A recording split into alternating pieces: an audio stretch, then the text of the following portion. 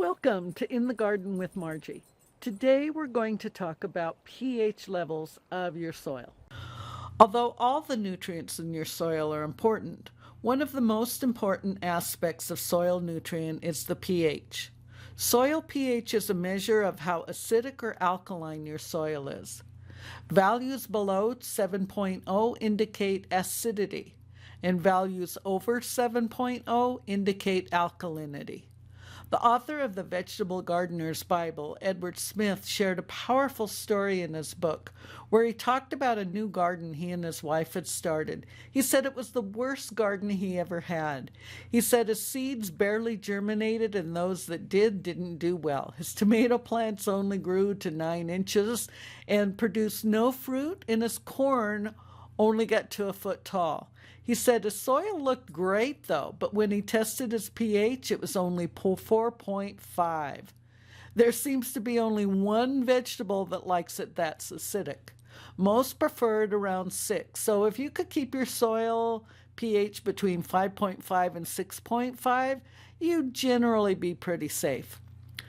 Most good gardening books are going to give you the range that each vegetable prefers, and if you can plan to bunch your plants together based on pH, you'll have much happier plants and a healthier bounty.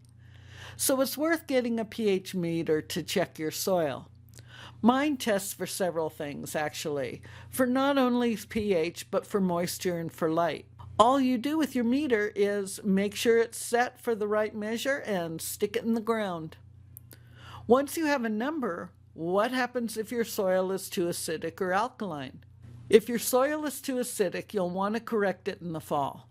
But let's say now it's almost spring and you just now checked your pH. What do? Shoot for correcting it at least 3 weeks before you plant to give your soil time to change. Now, to raise your pH from too acidic, add lime.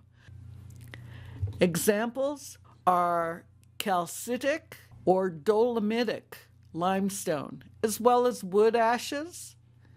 All of these contain lime. I'm not going to go into the mix of calcium, potassium, and magnesium at this time, but each different type of lime treatment provides different mixtures of these nutrients. However, I will say that if your soil is more clay than sand, and you can tell by picking it up and feeling it, you'll need more of either treatment, whether it's acidic or alkaline.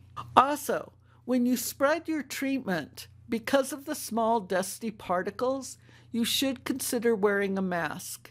And after spreading your treatment, work it into the top 6 inches with a garden fork. And this is regardless of what kind of treatment it is.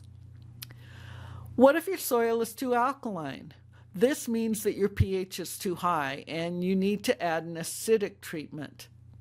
Now, you could go for a fast treatment and get something like agricultural sulfur, but again, because it's better to apply the treatment in the fall, I suggest going the more organic route by adding things such as pine needles, peat moss, oak leaf mold, or aged sawdust or shavings. These treatments not only help the pH, but help improve the soil content and structure. And after all, the whole point of all of this is to have beautiful, healthy plants and a full bounty. This is Margie. I'm so glad you joined me in the garden. Make sure to ask any questions or share any other topics you'd like to see, and I'll see you next time.